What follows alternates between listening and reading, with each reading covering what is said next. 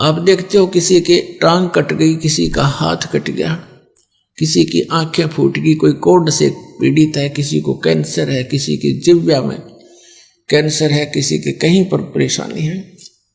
ये कारण क्या है? अब वो सोचता है कि मैंने इस जन्म में कुछ ऐसा किया नहीं, भगवान कहाँ है, मुझे क्यों दुख दिया। तो ये हमारी बालकों वाली बुद्धि है। हम भूल जाते हैं कि हम पहले भी बहुत बार जन्म चुके हैं और उन जन्मों में हमने कितने जुल्म किए हुए होते हैं। राजा बने, वह अनरस किए, अत्याचार किए, शक्ति का दुरुपयोग किया और अब उसका भोग किया। कोई अंधा होकर डोल रहा है, कोई दोनों पैर नहीं उसके। पुण्यात्माओं, ये तो हुआ सो हुआ। अब भगवान हमें बताना चाहते हैं कि जो हो चुका बच्चों, अब तो संभलो। अब चाहे कितना ही रोगी हो, कैसा ही अंग भंग हो और कैसा ही दुष्ट या नेक व्यक्ति हो, परमात्मा के ज्ञान से वह फिर से संभल सकता है। परमात्मा ने आकर हमें बताया, एक पुण्य एक पापी आया,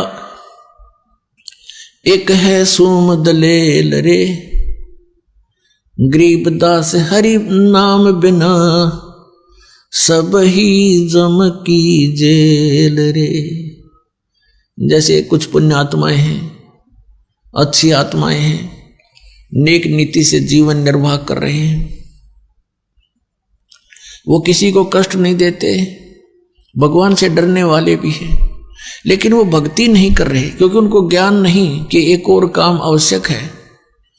उस कार्य से वो अपरिचित होने के कारण फिर भी अपने जीवन को बहुत ही बचाकर चलते हैं। और एक व्यक्ति दूसरा उसके साथ है, शराब भी पीता है, चोरी भी करता है और भी बदमाशी करता है और वो भी अपना जीवन जी रहा है। और फिर क्या होता है, इन दोनों में अंतर क्या है? जनसाधारण तो ये कहेगा कि ये नेक आदमी तो बहुत अच्छा है और ये निकम्मा आदमी तो निकम्मा बहुत है, ये तो अंडरस्टूड है। लेकिन जब हम इस अध्यात्म ज्ञान से तोलेंगे, जितने वो अच्छे और बुरे हैं वो तो है ही हैं, लेकिन जीवन दोनों का ही व्यर्थ है।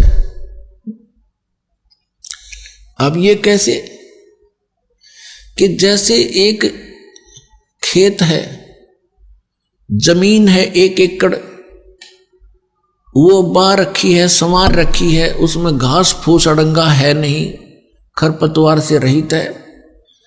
और दूसरा किला है, उसमें झाड़ बोझड़े जंखाड़ नेरे उगे हुए हैं, कांटेदार झाड़ी है, किक्कर बबूल जाम गया है। एक वो एकड़ जमीन है। यदि उस बाहे संवारे खेत में, एकड़ जमीन में बीज नहीं बोया तो दोनों एक जैसे हैं। उस बाहे संवारे का क्या लाभ हुआ जब बीज ना बोया था? वो भी उससे जैसा है, जैसा वो व्यर्थ है ऐसा ही वह व्यर्थ है। तो कहने का भाव ये है कि जब हम राम नाम का बीज बोवांगे, फिर वो अच्छा व्यक्ति तो अच्छा और गणा हो गया। और यदि उस झाड़ जंखाड़ उगे हुए निकम्मा व्यक्ति भी बुरे काम छोड़ के और परमात्मा के मार्ग पर लग जाता है, वो भी अच्छा हो जाएगा। उसको थोड़ा समय लग जाएगा। जैसे किसान जब उस खेत ने संवारना शुरू करता है तो उस बंजर जमीन में थोड़ा सा मेहनत ज्यादा करनी पड़ती है, वो पर संवार के छोड़ दिया करे, चाहे कितना मेहनत। ये दास समझो किसान है और आप जी के अंतःकरण ये खेत हैं। अब नेक आत्मा आती है तो और अच्छा दास को घनी मेहनत ना करनी पड़ेगी, आते बीज डाल देंगे नाम का और प्रफुल्लित होगा।